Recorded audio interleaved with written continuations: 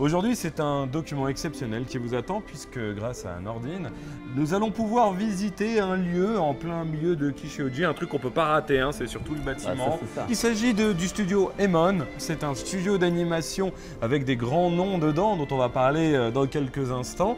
Et puis tu vas nous expliquer un peu quel est ce studio qui est un peu nouveau, on va dire, dans sa manière de procéder au Japon et qui est peut-être une partie de l'avenir de l'animation japonaise dans le monde. Bienvenue dans Japon Investigation. Aujourd'hui, visite inédite d'un studio qui fait de l'animation, mais pas que.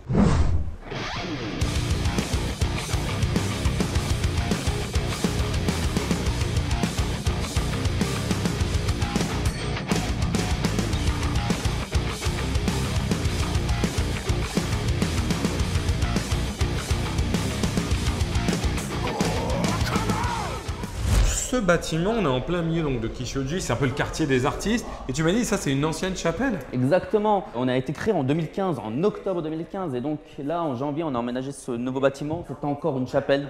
Wow. Donc les gens venaient se marier ici. Donc c'est marrant que ça passe. Les gens viennent se marier et on y fait des animes maintenant.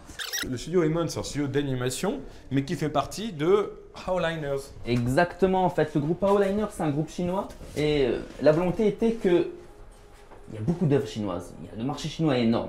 Et le but, c'était de faire en sorte que ces œuvres marchent aussi à l'international et créent des choses pour que tout le monde puisse apprécier et également ces œuvres chinoises. Donc c'est des compagnies chinoises qui ont investi dans au Howliners. Japon. Exactement. Donc, mais ils se sont dit on va ouvrir au Japon. Exactement, puisqu'il y a déjà Emon Shanghai qui existe.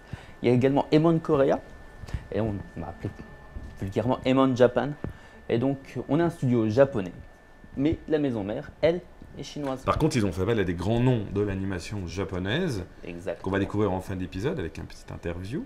On vous garde la surprise, mais ils ont fait appel à des grands noms de l'animation japonaise pour piloter ce studio. Exactement.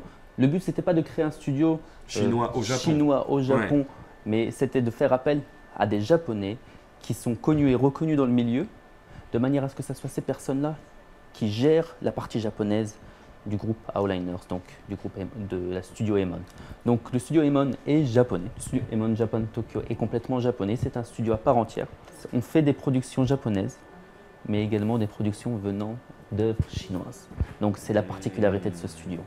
Donc là, on est au deuxième étage de notre building et c'est ici concrètement que l'on va gérer toute la partie administrative et tout ce qui est au niveau de la programmation des œuvres, des contacts, les plannings, voilà exactement. Toi tu travailles là par exemple? Donc ouais, là c'est mon bureau. Moi je vais m'occuper de la partie internationale, donc comment faire en sorte qu'une œuvre, on la retrouve aussi bien en France qu'aux États-Unis et autres, de manière à ce que les gens puissent avoir nos productions partout.